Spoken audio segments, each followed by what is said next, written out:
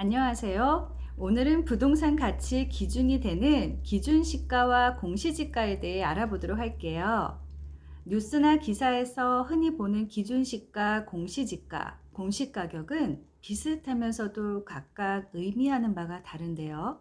특히 세금 부과의 기준이 된다는 점에서 중요한 개념이니만큼 오늘 그 차이를 정리해 보도록 할게요. 기준시가. 우리나라는 2006년 1월부터 부동산 거래 시 실거래 신고 제도를 도입했어요. 원칙적으로는 양도, 상속, 증여 시 실거래가로 신고해야 해요. 다만 실거래 신고가 어려울 경우에 한해 기준시가를 적용하는 거예요. 즉, 기준시가는 토지, 건물 등을 양도, 상속, 증여할 때 발생하는 세금 부과를 위한 거예요. 기준시가의 관리 주체는 정부인데 크게 아파트와 공동주택은 국토교통부가 관리하고요. 토지와 단독주택은 해당 지자체장이, 오피스텔, 상업용 건물, 기타의 경우는 국세청이 따로 고시하고 있어요.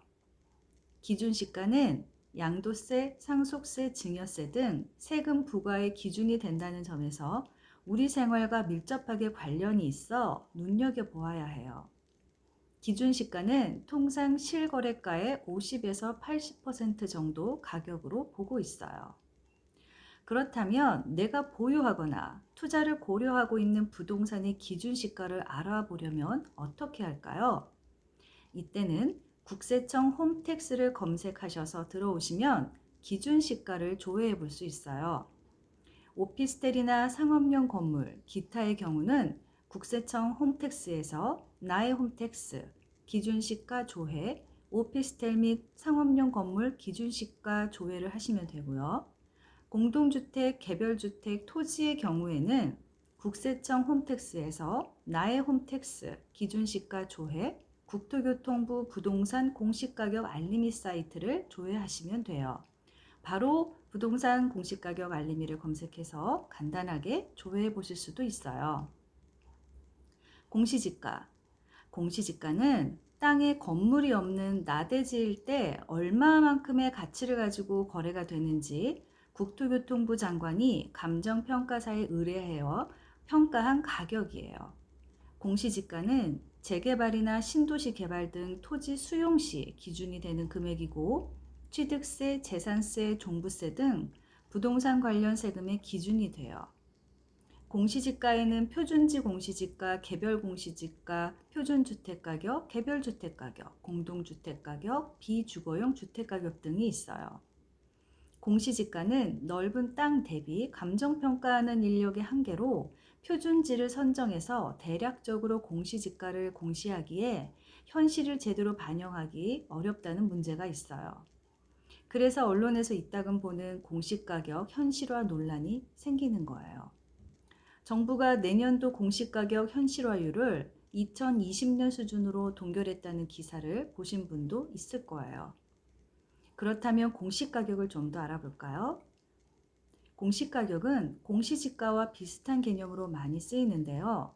공시가격은 공시지가의 건물 개념으로 보시면 돼요. 즉, 국가에서 인정한 건물에 대한 부동산 가격으로 보시면 되고요.